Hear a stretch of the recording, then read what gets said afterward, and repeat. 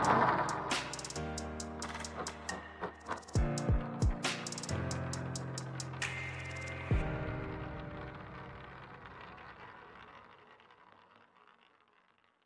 दोस्तों, मैं आपकी दोस्त, आपकी कोच, आपकी होस्ट एडवोकेट प्रज्ञा भूषण आज फिर हाजिर हूं आपके बीच में, आपके साथ उस इंडस्ट्री के बारे में बात करने के लिए जो भारत की 180 बिलियन डॉलर्स की इंडस्ट्री है और 2030 तक वो 1 ट्रिलियन जाने की अनुमान है।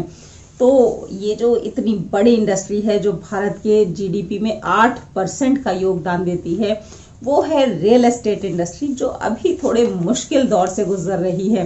एक के बाद एक जो हिट्स आए, चाहे वो डिमोनेटाइजेशन हो, जीएसटी हो, रेरा हो, अभी इनको ही ढंग से संभाल नहीं पाई थी ये इंडस्ट्री कि बीच में आ गया कोविड-19 पेंडेमिक और लंबा लॉकडाउन, जिसमें सबसे ज्यादा अगर कोई हिट हुई है तो वो है रियल एस्टेट इंडस्ट्री। काफी सारे जो वर्कर्स थे, लेबरर्स थे, आर्किटेक्ट्स, इंजीनियर्स जो इस इंडस्ट्री में काम कर रहे थे, वो अपने गांव को लौट गए, जो काफी हद तक वापस भी नहीं आए हैं। तो कैसे ये इंडस्ट्री उभरे इस मुश्किल दौर से, इन मुश्किल हालातों से? तो इस इंडस्ट्री की सारी नजर है भारत सरकार की ओर, जो आशा भरी निगाहों से देख रही है अपनी उस सरकार को कि शायद वहां से कुछ हेल्प मिले, वहां से कुछ मोटिवेशन मिले और हम वापस उस लेवल पे खड़े हो जाएं जिस लेवल पे हुआ करते थे।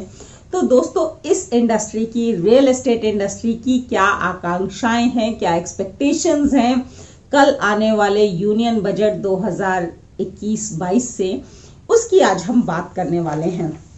तो दोस्तों, पहली जो एक्सपेक्टेशन है इस रियल एस्टेट इंडस्ट्री की, वो है सिंगल क्लियरेंस विंडो। क्योंकि इतने तरह के अप्रूवल लेने होते हैं, अगर आपको एक प्रोजेक्ट खड़ा करना है, एक हाउसिंग प्रोजेक्ट, हाउसिंग सोसाइटी खड़ी करनी है, तो सौयों टेबलों से, सौयों दफ्तरों से ये फाइलें घूमती रहती हैं और बिल्डर्स और डेवलपर भागते रहते हैं अपने अप्रूवल्स लेने के लिए, अपने परमिशंस लेने के लिए, अपने सैंक्शन प्लान्स इशू करवाने के लिए। वो इतने परेशान हो जाते हैं कि कई साल, कई बार तो एक हाउसिंग प्रोजेक्ट डिले हो जाता है। तो उनकी ये डिमांड है कि सिंगल क्लियरेंस विंडो होना चाहिए, जहां पे एक बार हमने सारे डॉक्यूमेंट्स के साथ अगर फाइल दे दी तो with in fixed time limit हमें वो अप्रूवल्स के साथ फाइल मिलनी चाहिए, जो जायज भी है और करना चाहिए। सरकार को इस और भी कोई कदम उठाना चाहिए। नेक्स्ट जो रियल एस्टेट इंडस्ट्री की एक्सपेक्टेशन है वो ये है कि जो अप्रूविंग अथॉरिटीज हैं, जहां से परमिशंस ली जाती हैं, सैंक्शंस लिए जाते हैं, उनको भी रेरा के तहत लाया जाए, ताकि वो अपनी मनमानी ना कर सकें किसी प्रोजेक्ट को डिले करने के लिए, खराब करने के लिए, लंबा लटकाने के लिए। With in fix time limit उन्हें अपना डिसीजन देना ही हो, इस तरह का सिस्टम क्रिएट किया जाए और इन अथॉरिटीज को रेरा के अंडर में लाया जाए। ये नेक्स्ट डिमांड है। नंबर 3 पॉइंट दोस्तों जो एक्सपेक्ट करती है ये इंडस्ट्री, वो है कि हाउसिंग फॉर ऑल, जिसका सपना भारत के प्रधानमंत्री नरेंद्र मोदी जी भी देखते हैं और चाहते हैं कि ऐसा हो कि हर भारतीय का एक घर हो अपना। तो इसके तहत आपको कॉस्ट कंट्रोल करना बहुत जरूरी है, बिकॉज रियल एस्टेट इंडस्ट्री में जो मेजर 2 चैलेंजेस गवर्नमेंट के सामने आते हैं वो भी यही हैं। पहला डिले और दूसरा कॉस्ट। तो दोस्तों, डिले की तो बात कर ली हमने सिंगल विंडो क्लियरेंस के तहत, लेकिन कॉस्ट के लिए कॉस्ट कंट्रोल, बिल्डिंग मटेरियल पे, कंस्ट्रक्शन पे करना बहुत जरूरी होगा सरकार के लिए, स्पेशली उन सेक्टर्स के लिए जो अफोर्डेबल हाउसिंग में हैं, जो इकोनॉमिकली वीकर सेक्शंस या फिर LIG या MIG के तहत मकान बना रहे हैं, उनके लिए कॉस्ट कंट्रोल करवाना बहुत जरूरी होगा, क्योंकि कॉस्ट कंट्रोल होगी तभी सस्ते दामों पर मकान दिए जा सकेंगे।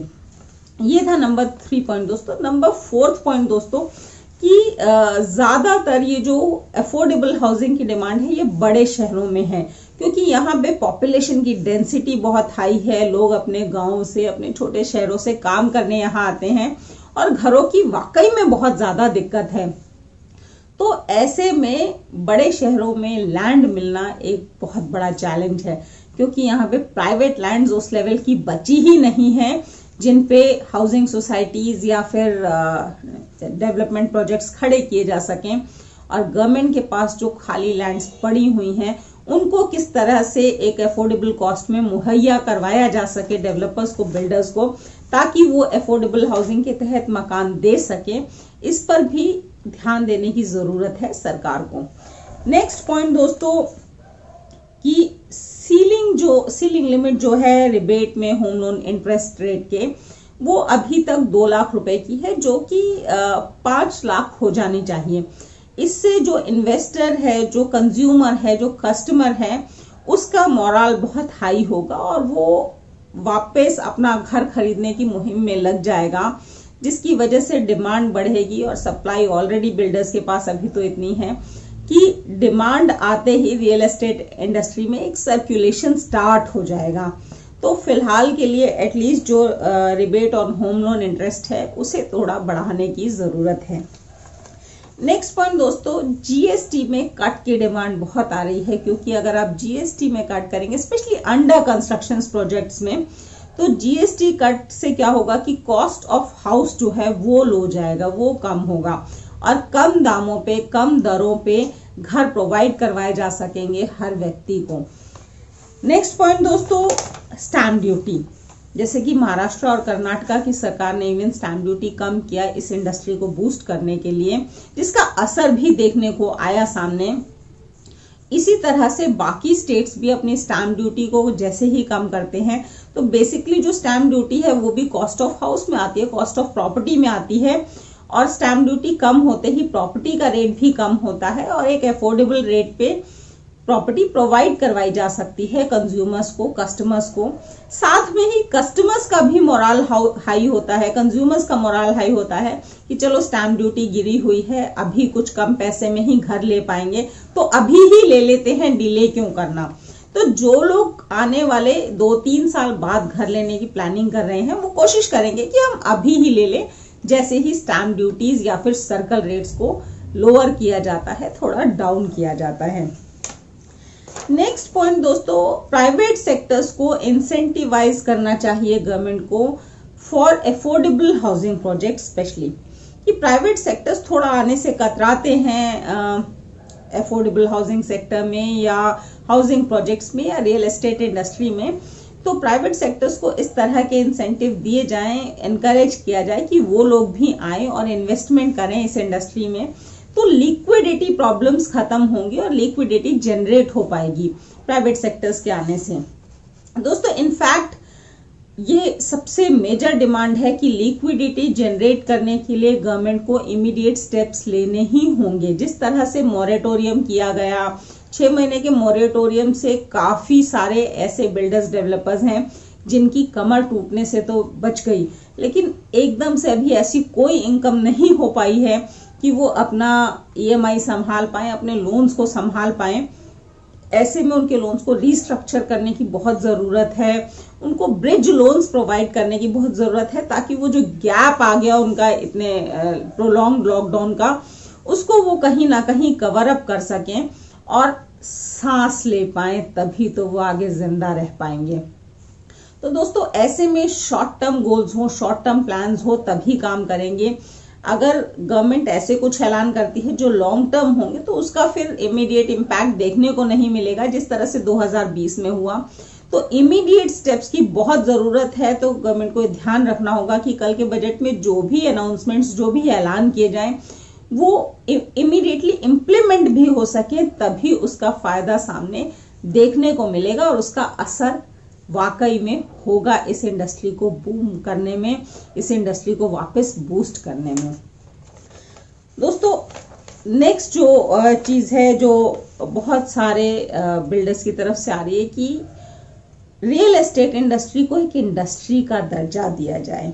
जिस तरह से बैंकिंग सेक्टर, एनबीएफसीज अभी इनको लोन देने से भी कतराते हैं, पीछे हटते हैं, तो ये एक तरह से उनकी प्रायोरिटी लिस्ट में होने चाहिए फॉर लेंडिंग। अगर इनको लेंडिंग मिलेगी ही नहीं तो पैसा आएगा कैसे रुके हुए प्रोजेक्ट्स को पूरा करने के लिए।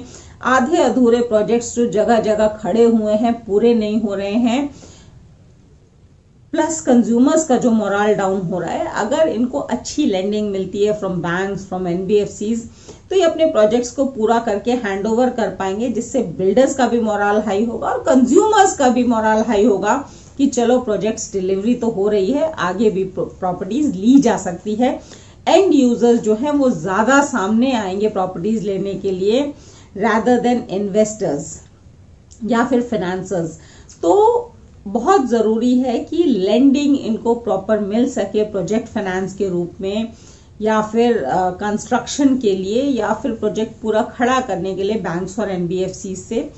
तो इसके लिए बैंक्स और एनबीएफसी को भी एनकरेज करना बहुत जरूरी है कि वो रियल एस्टेट में अपनी लेंडिंग करें।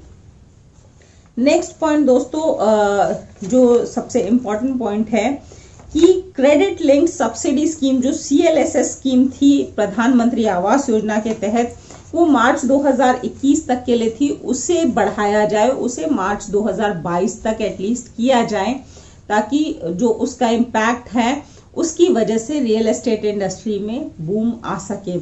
एक काफी बड़ी international consultant, real estate consultant है, जिनका कहना है कि भारत में 2030 तक कुछ 25 मिलियन अफोर्डेबल हाउसिंग की जरूरत है, अफोर्डेबल हाउसेस की जरूरत है।